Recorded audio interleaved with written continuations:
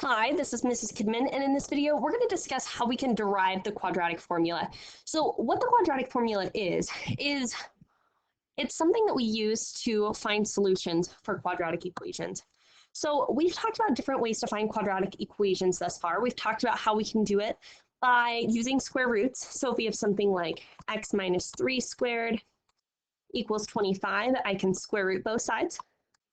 And I can then solve for x that way by getting x minus 3 equals 5 and x minus 3 equals negative 5 and see that x equals 5 and x equals negative 2, right? So there's way number one, using square roots. The second method that we talked about to find the solutions is we talked about how we can do it when we complete the square. So if I have something like x squared plus 4x equals 8, what I can do, or not 8, let's go with 12. What I can do is I can complete the square here. And remember, completing the square, we follow those 5 steps. So b equals 4, half of b is 2, half of b squared is 4, and then we want to add it. So then I add 4 to both sides, and then I want to factor it. So then we end up getting x plus 2 squared equals 16, and then we go back to that square root method, right? So we've talked about how to do it with square roots. We've talked about how to complete the square. We also can find solutions to quadratic equations by factoring them. But what if there was a formula that I could just take any quadratic function, so anything in the form ax squared plus bx plus c, whatever that is, plug it into some formula, and then always get the x values out. Wouldn't that be kind of awesome? I would love to have something like that. So what we're going to talk about in this video is how we can derive that. So let's start with this general formula. What we want to do is we're going to complete the square here, because remember, completing the square gives us our x value, right? It gives us our solutions. So let's complete the square here and see and solve for x, and then figure out here's a formula that we can use. So the very first thing I want to do here is I'm going to move my c value to the other side. So we've got ax squared plus bx plus some number equals negative c. And then we know we're completing the square, so we're going to add some number to that. Now, what is that number? Well, before we even get there, remember, our completing the square only works if we have an x squared. So we actually have to divide everything on both sides by a.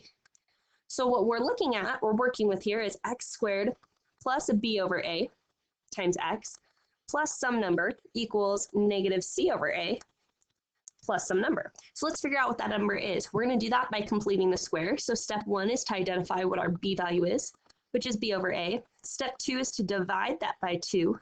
So we get b over a, that whole thing over 2, which really is just b over 2a, right? And then step 3 is we want to square that value. And so then we get b over 2a squared. And I'm just going to leave it right there like that for now. So I've got b over 2a squared and b over 2a squared. Now we know that this side of the equation is going to simplify down into x plus b over 2a squared. And then this side of our equation, I'm going to expand this out here.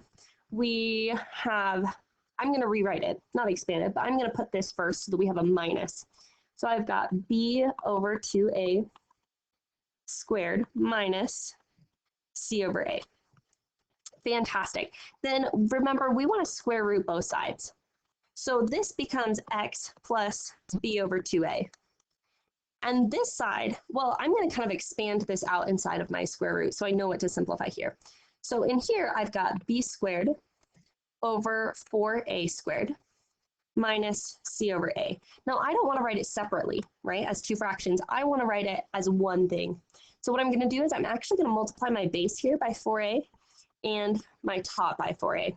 That way, what I end up getting inside my radical here is going to be b squared over 4a squared minus 4ac over 4a squared. Fantastic. And then we can actually write this as one expression there.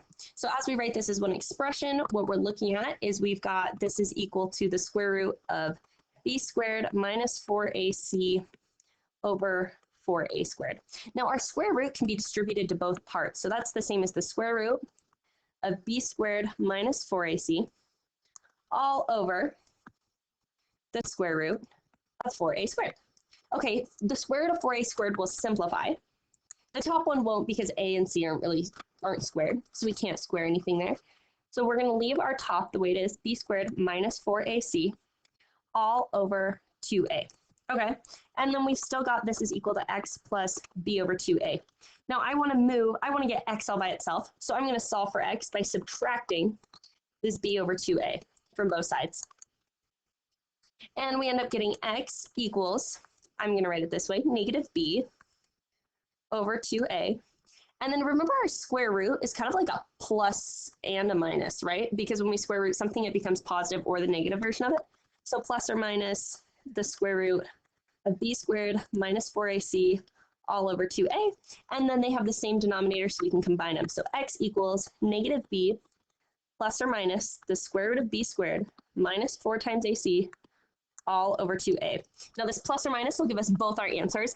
And this right here that we derived is what we call the quadratic formula. And this quadratic formula is essential because it allows us to find the solution to any quadratic. Regardless of what the numbers are, I can substitute a, b, and c in here and find that quadratic, as long as we have it written in the form ax squared plus bx plus c. So feel free to check out the next video where we're going to use the quadratic formula to actually find solutions to quadratics.